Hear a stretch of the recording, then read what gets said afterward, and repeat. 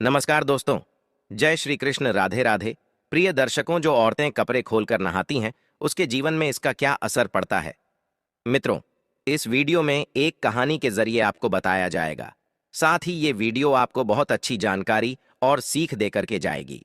तो चलिए मित्रों, आपका कीमती समय बर्बाद ना करते हुए अब सीधे कहानी पर ही पहुंचते हैं। मित्रों, एक समय विष्णु भगवान लक्ष्मी माता के साथ हरिद्वार में घूम रहे थे। लक्ष्मी माता ने देखा कि समस्त मनुष्य गंगा में नहा नहाकर हर हर गंगे कहते चले जा रहे हैं। प्रिय दर्शकों, अगर आप यह कहानी सुन रहे हैं तो पूरा सुनिएगा, क्योंकि आधा अधूरा ज्ञान कभी किसी के लिए सही नहीं होता।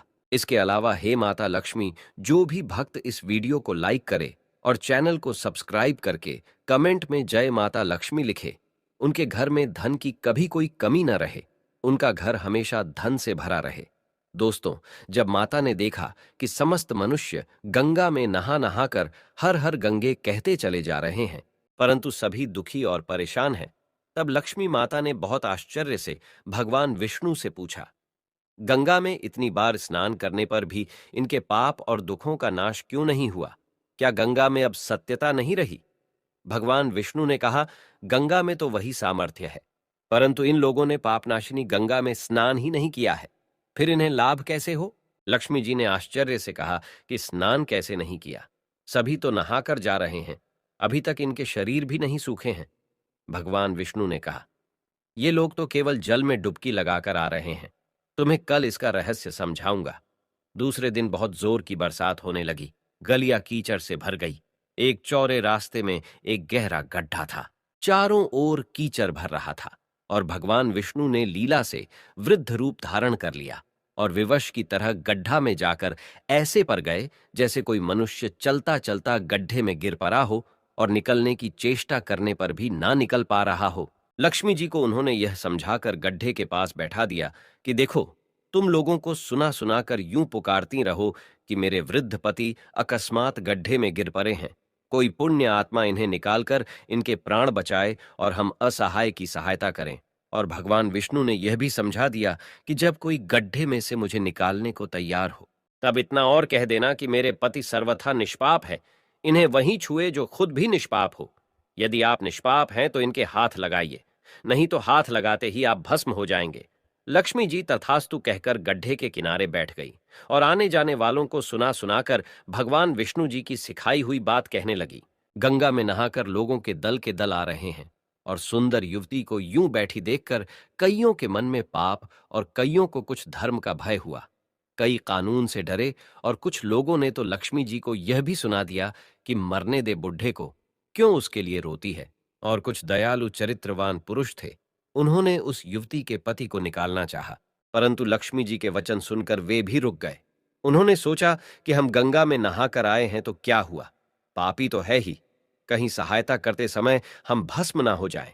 इस स्त्री के कथन के अनुसार हम खुद भस्म ना हो जाएं। किसी का साहस नहीं हुआ। सैकड़ों आए, सैकड़ों ने पूछा और चले गए। संध्या हो चली। तब भगवान विष्णु ने माता लक्ष्मी से कहा, देखा, आया कोई सच्चे हृदय से गंगा में नहाने वाला। तब थोड़ी देर बाद एक जवान हाथ में लौटा लिए हर हर गंगे करता हुआ निकला। लक्ष्मी जी ने उसे भी वही बात कही। युवक का हृदय करुणा से भर आया। उसने भगवान विष्णु को निकालने की तैयारी की। लक्ष्मी जी ने रोक कर कहा कि भाई, यदि तुम सर्वथा निष्पाप नहीं होंगे तो मेरे पति को छूते ही जल जाओगे। उसने उसी समय बिना किसी संकोच के दृढ़ निश्चय के साथ लक्ष्मी जी से कहा कि माता, मेरे निष्पाप होने में तुझे संदेह क्यों होता है? देखती नहीं, मैं अभी गंगा नहाकर आया हूं। भला गंगा में गोता लगाने के बाद भी कभी पाप रहते हैं? मैं अभी तुम्हारे पति को निकालता हूं। युवक ने लपक कर बूढ़े को ऊपर उठा लिया। भगवान विष्णु और लक्ष्मी ने उसे अधिकारी समझकर अपना असली स्वरूप प्रकट कर उसे दर्शन देकर कृतार्थ किया। भगवान विष्णु जी ने माता लक्ष्मी से कहा कि इतने सारे लोगों में से इस एक ने ही गंगा स्नान किया है। इसी दृष्टांत के अनुसार जो लोग बिना श्रद्धा और विश्वास के केवल दंभ के लिए गंगा स्नान करते हैं, उन्हें वास्तविक फल नहीं मिलता। परंतु इसका यह मतलब नहीं कि गंगा स्नान व्यर्थ जाता है। गंगा स्नान का बहुत पुण्य भी है। इसके बाद भगवान विष्णु जी ने माता लक्ष्मी जी से कहा, अब मैं आपको वो 12 बातें बताता हूं। जो भी मनुष्य इन 12 बातों को नहाते समय ध्यान में रखता है, वह कभी भी दुखी नहीं रहता है। उसके घर में मां लक्ष्मी का वास होता है। उसके घर में अपार धन आता है। घर में कभी भी लड़ाई झगड़ा नहीं होते हैं। उसका पूरा परिवार हंसी खुशी जीवन व्यतीत करता है। तब माता लक्ष्मी ने कहा, हे भगवान, आप हमें यह 12 बातें बताइए। इसके बाद भगवान विष्णु उन बातों को बताना शुरू कर देते हैं और माता लक्ष्मी बहुत ध्यान से सुनने लगती है। दोस्तों, ये 12 बातें आप लोग भी बिल्कुल ध्यान से सुनना। इसके बाद भगवान विष्णु कहते हैं, प्रिय, ये 12 बातें बताने के बाद मैं आपको एक बात और बताऊंगा। जो औरतें कपड़े खोलकर स्नान करती हैं, उनके लिए यह बात बहुत ही महत्वपूर्ण है। तो हे लक्ष्मी, आप इस बात को बहुत ही ध्यान से सुनना। तभी विष्णु जी अपनी वाणी को शुरू कर और बताने लगते हैं। दोस्तों, विष्णु जी कहते हैं, स्नान करने से शरीर निरोगी रहता है और मन प्रसन्न रहता है। नहाने से चेहरे की क्रांति और शारीरिक आकर्षण में भी बढ़ोतरी होती है। अगर इस नित्य कर्म के दौरान कुछ बातों का ध्यान रखा जाए तो आध्यात्मिक से भी ज्यादा लाभ पाया जा सकता है। नहाने के क्रम में इन बातों का ख्याल जरूर रखा जाना चाहिए। नंबर 1, स्नान करने के बाद शुद्ध होकर पूजा पाठ आदि सारे काम करने के योग्य बनते हैं, इसलिए सुबह को ही स्नान कर लेना चाहिए। नंबर 2, शास्त्रों में कहा गया है कि स्नान करने से इन 10 गुणों की प्राप्ति होती है: रूप, तेज, बाल पवित्रता, आयु, आरोग्य, निर्लोकता, तब और मेधा। नंबर 3, धन, पुष्टि व आरोग्य और स्वास्थ्य चाहने वालों को हर मौसम में और हर दिन स्नान करना चाहिए। नंबर 4, शास्त्रों में कहा गया है कि सुबह स्नान करने से पाप का नाश होता है और पुण्य मिलता है। ऐसा कहा गया है कि सुबह नहाने वालों के पास नकारात्मक शक्तियां नहीं भटकती, इसीलिए सुबह स्नान करना ही उचित है। नंबर 5, बीमारी के हालत में सिर के नीचे से ही स्नान करना चाहिए। गीले कपड़े से शरीर को पोंछ लेना एक तरह का स्नान ही कहा गया है। नंबर 6, सुबह की लालिमा छाने से पहले ही स्नान लेना श्रेष्ठ माना गया है। नंबर 7, तेल लगाकर और देह को मल मल कर नदी में नहाना मना है। इसकी जगह नदी से बाहर निकलकर तट पर ही शरीर साफ करके तब नदी में डुबकी लगाना उचित है। नंबर 8, जिन घाटों पर कपड़े धोए जाते हैं वहां का जल अपवित्र माना गया है, इसलिए वहां से कुछ दूर हटकर ही नहाना चाहिए। नंबर 9, नदी में 11 या 21 डुबकियां लगाना अच्छा बताया गया है। नंबर 10, पवित्र नदियों में कपड़े निचोड़ने की मनाही है। नदी में किसी तरह की गंदगी नहीं बहानी चाहिए। नंबर 11, नल की तुलना में झरने का पानी, झरने से ज्यादा नदी का पानी, नदी के पानी से किसी तीर्थ का जल, तीर्थ के जल से गंगा जल अधिक श्रेष्ठ माना गया है।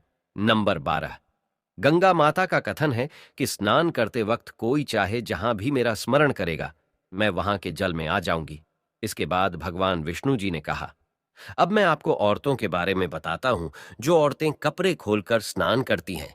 हिंदू धर्म शास्त्रों में हर एक चीज के लिए कुछ नियम बनाए गए हैं। इन नियमों में से एक है स्नान को लेकर की गई बातें।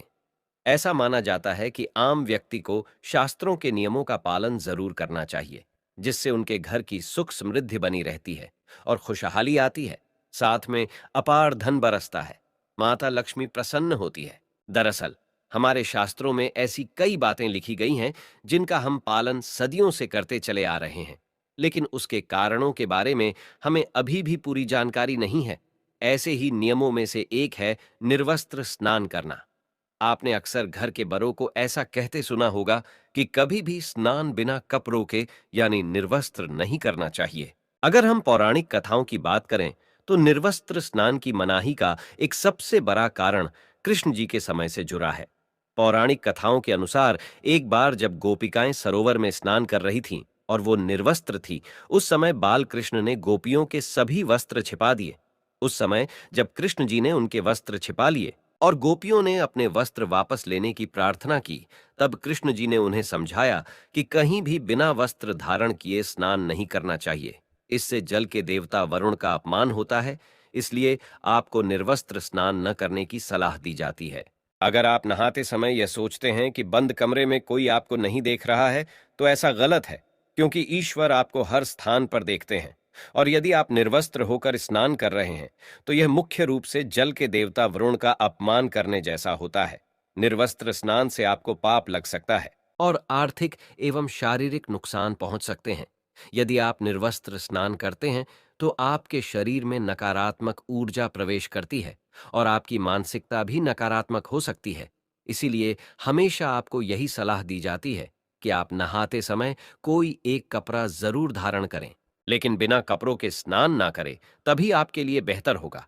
निर्वस्त्र स्नान से शरीर की सकारात्मक ऊर्जा शरीर से बाहर निकल सकती है, और इसका प्रभाव आपके शरीर के साथ आपके मन मस्तिष्क में भी होता है। गरुड़ पुराण के अनुसार जब आप स्नान करते हैं, तब आपके पितृ यानी मृत पूर्वज आपके आसपास मौजूद होते हैं। यदि आप निर्वस्त्र स्नान करते हैं तो आपको पितृदोष लग सकता है।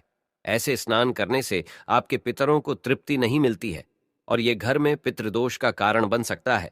और ये वस्त्रों से गिरने वाले जल को ग्रहण करते हैं, जिनसे उनकी तृप्ति होती है।